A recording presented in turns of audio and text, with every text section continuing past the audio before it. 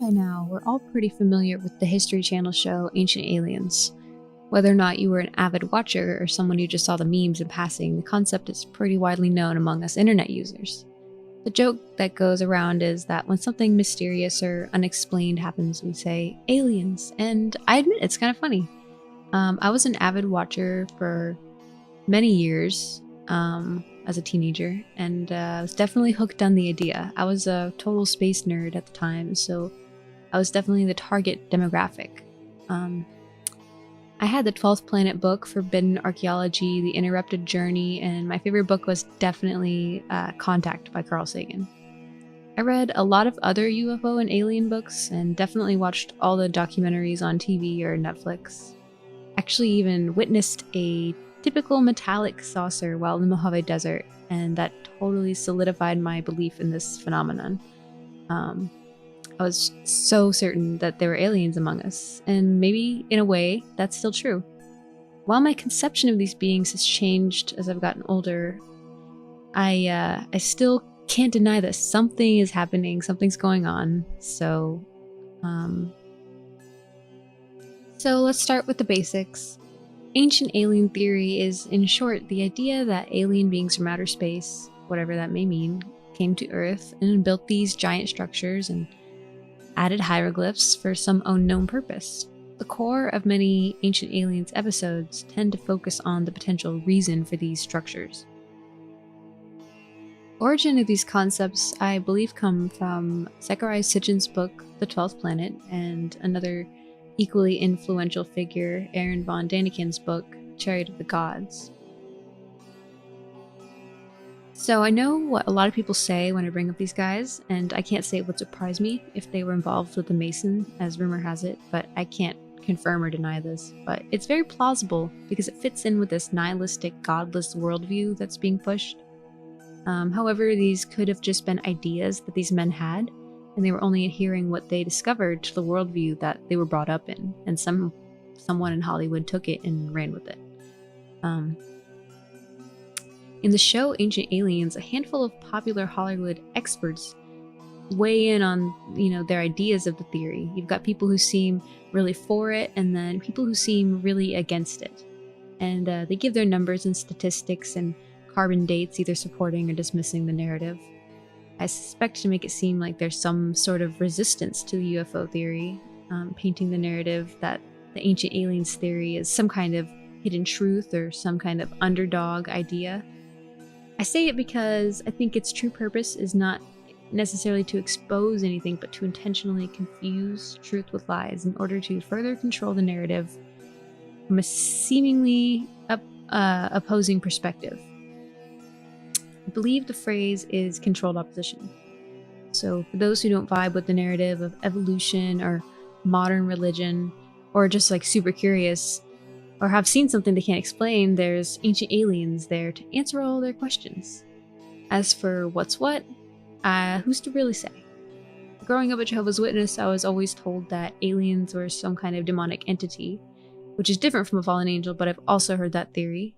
And then on the other hand, I was taught by films and TV that they're just one of countless potential beings from the depths of outer space. So they've remained a mystery to me, and Ancient Aliens never really satisfied my curiosity. So by providing a pseudo-counter to the official narrative, a new subculture was born, sci-fi. This most likely started in the 1900s with H.G. Wells and Jules Verne, and these books talked about beings from other terrestrial spheres and introduced the idea of space travel. 1947 rolls around, cue Roswell. Whether this event was planned or not, I do not know, but I do know that if it was an actual event, the media hopped on it immediately, even changing the story a few times to arouse more interest and suspicion. It's an incredibly influential event that has helped shape the minds of the modern age, so I cannot help but be suspicious of it. Even though I read the books and watch the show, I did always question, if this is so taboo, why is it on TV? My current suspicion is that these structures belonged to a past incarnation of humanity, and we've simply de-evolved. This idea is typically more of an Atlantis Lemuria idea, basically like an ancient world with technology and understandings far beyond our modern capabilities. We're of course taught that these are, for one, just a physical place, and two, well, I mean, they're just mythology anyway, according to academia. But the fact that our construction skills are just so much less impressive now than they were thousands of years ago is kind of super downplayed. If there's no ancient advanced culture, then the story is that we created all of this incredible, these structures and these sculptures with these clunky ancient tools.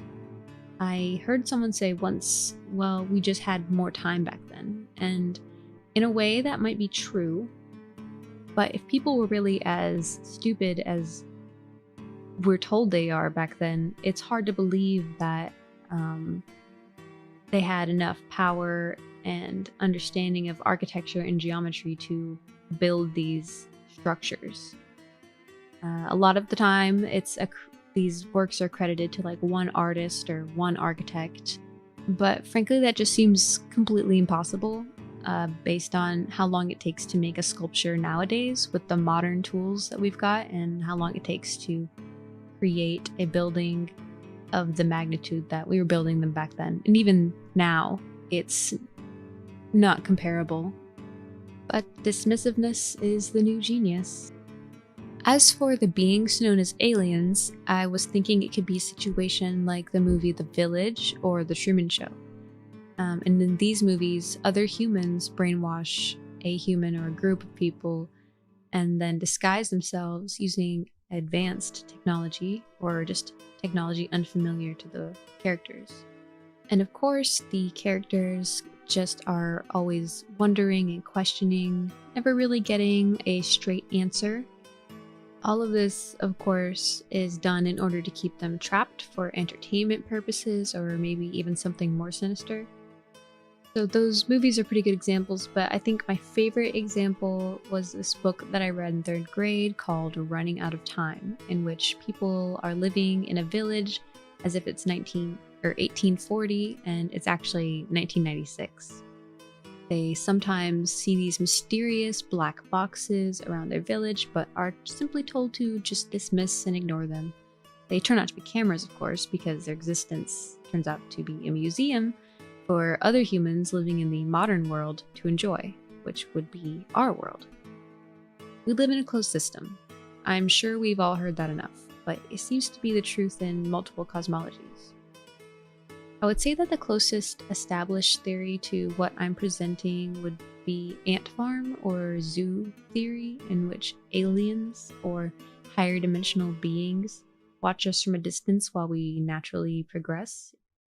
Even in the Book of Enoch, we're told of these watchers, these angels that were meant to watch over humanity. But we all know how that went down in the story. However, it could be that these watchers were simply people like us with access to higher technology or magic. There's a good bit of info out there on what's called breakaway civilization, and it's heavily ingrained in the outer space and sci-fi scenes.